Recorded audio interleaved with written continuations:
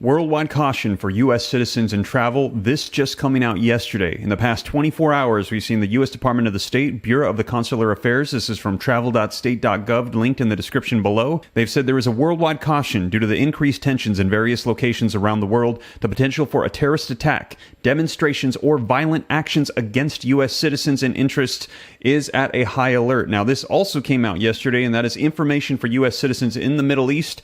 And yes, this is as a result of all the tensions that are increasing with the Israel and Hamas war between the United States and Iran and other nations, all surrounding this conflict that many are saying could lead to World War III. Now, things have intensified over the past 24 hours, despite the fact that we heard that there will be pauses, ceasefires by Israel. But take a look at what's coming out today. Last night, U.S. troops face further attacks in Iraq as our troops are getting hit again, they're saying, by Iranians. And Iran today, take a look at this, warns of an inevitable expansion of the Israel-Gaza war. Coming out from Fox News today, Iran Foreign Minister warns Israel-Hamas war expansion has become inevitable.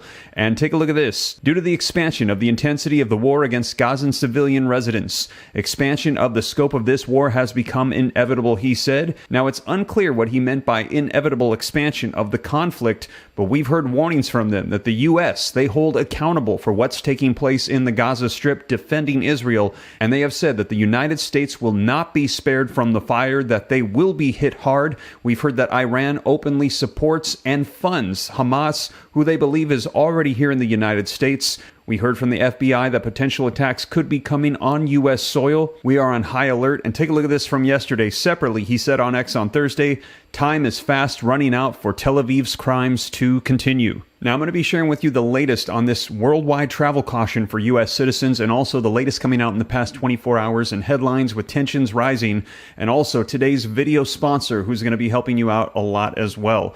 But before we dive in, do me a quick favor. I know that this is not the news that anybody wants to hear, that things are increasing, there's tensions rising, and there's concern of World War III. But if you appreciate the updates, the knowledge that's going out, and I believe that knowledge is power, and us knowing what's taking place is half of the battle. Do me a quick favor, smash that like button, just takes a second. And if you want to stay up to date, it's totally free. Why not? All you got to do is hit the subscribe button, turn on the notification bell. And if you want to support the channel, I've added a join button. You can click it, become a member, and then all of the sources that I have, they will be cited in your YouTube feed. But if not, no worries. I cite all of them anyways, put them on the screen so you can see the latest, and they are found in the description below. But let's go ahead and take a look at this so that way you can get caught up as to what's been going on in the past 24 hours as we're hearing tensions are rising and Iran is saying that an expansion of this war is now inevitable. Let's go ahead and take a look. All right, so we're going to be taking a look at how Iran has now said that the expansion of the war is inevitable, and we believe that includes the United States. But first, let's take a look at this travel caution worldwide for U.S. citizens. Now, this just came out yesterday, and it says, due to the increased tensions in various locations around the world, the potential for terrorist attacks, demonstrations, or violent actions against U.S. citizens and interests, the Department of the State advises U.S. citizens overseas, so if you are planning to travel overseas, please use caution. It says increased caution. U.S. citizens should do the following. Stay alert in locations frequented by tourists. Enroll in the Smart Travel Enrollment Program or STEP to receive information and alerts and make it easier to locate you in case of an emergency overseas. And follow the Department of State's Facebook and Twitter page to get the latest updates as to what's going on. Now, in addition to that, we also receive information for U.S. citizens in the Middle East, more detailed information in various locations. All that we already stated for the worldwide caution, and in addition to that, information for U.S. citizens in Israel and the West Bank.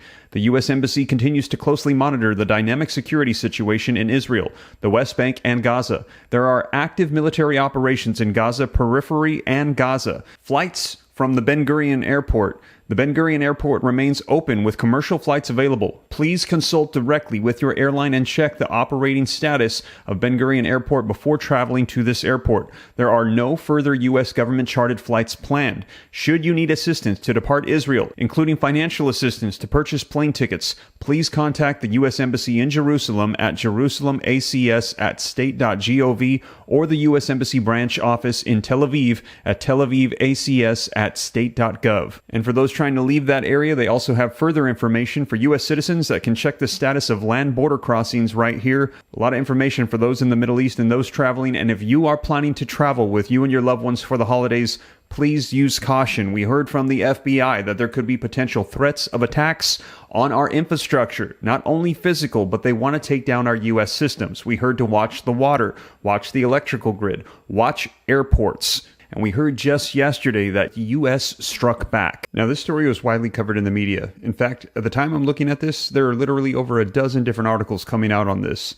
Now, I'm looking at Ground News Vantage Plan. Now, this is the first place I check to get the full story on breaking news, especially with what's going on in the Middle East, because they give you the story behind the story. Let me show you why I find this website so useful. Let's take a closer look at what's been going on. You can see there's headlines, some leaning left, some leaning right with different narratives. Ground News even shows who owns these sources, whether it's independent or a big corporation, which can influence how they spin the story. Now, if you care about the truth like I do and you're tired of misleading media narratives, then you really need to start using Ground News. I can barely scratch the surface of everything going on in the world each day in 30 minutes or less, so I highly recommend that you check out their site. Go to ground.news/Steve Ram. The link is in the description. Right now, you can get 40% off unlimited access to the Vantage Plan using my link. Subscribing not only supports my channel, but this small team working to hold the media accountable. I find their platform really useful, and I think you will too. And again, thank you to today's video sponsor, Ground News. Now, after that retaliatory attack from the United States on Iran, we actually heard that it was a weak display, and now we've seen attacks against U.S. troops intensify. Take a look at this article coming out today. U.S. troops face further attack in Iraq. Drones and explosives have targeted a convoy and 2 air bases. United States troops in Iraq have been targeted in new attacks using drones and explosives, military and security sources reported. 3 attacks took place on Thursday, so yesterday, following that attack, we had 3 more, sources from Reuters said. The incidents add to the more than 40 assaults that the U.S. and allied troops based across the Middle East have come under since the Israel-Hamas war started October 7th. As well as 2 drone assaults at bases. A U.S.-led coalition convoy was hit by an improvised explosive device, or an IED, blast in the vicinity of Mosul Dam. The security sources said that the patrol was accompanied by Iraqi counterterrorism forces and that a vehicle in the patrol was damaged. 3 U.S. troops sustained minor injuries, but had returned to duty, the officials added. And again, just yesterday, we heard the U.S. had struck back against Iran. However, we heard from U.S. officials that this response was weak, was the words that they used. And it looks like Iran has disregarded it as they are continuing to attack U.S. troops, and tensions are rising. Now, we did hear yesterday as well that there was a pause, that there would be brief pauses to allow citizens to leave and for aid to go into Gaza. Israel has agreed to those pauses. However, it looks like things are still intensifying regarding tensions around the Middle East with the U.S. and Iran. Let me know your thoughts in the comments down below. Now, to see those updates from yesterday that just came out 24 hours ago, be sure to check out these videos next right here. And you guys, as more information comes out, I'll be sure to keep you up to date. Thank you so much for joining me, and thank you to today's video sponsor, Ground News, and I'll catch you guys in the next video. Take care. God bless. This is Steve.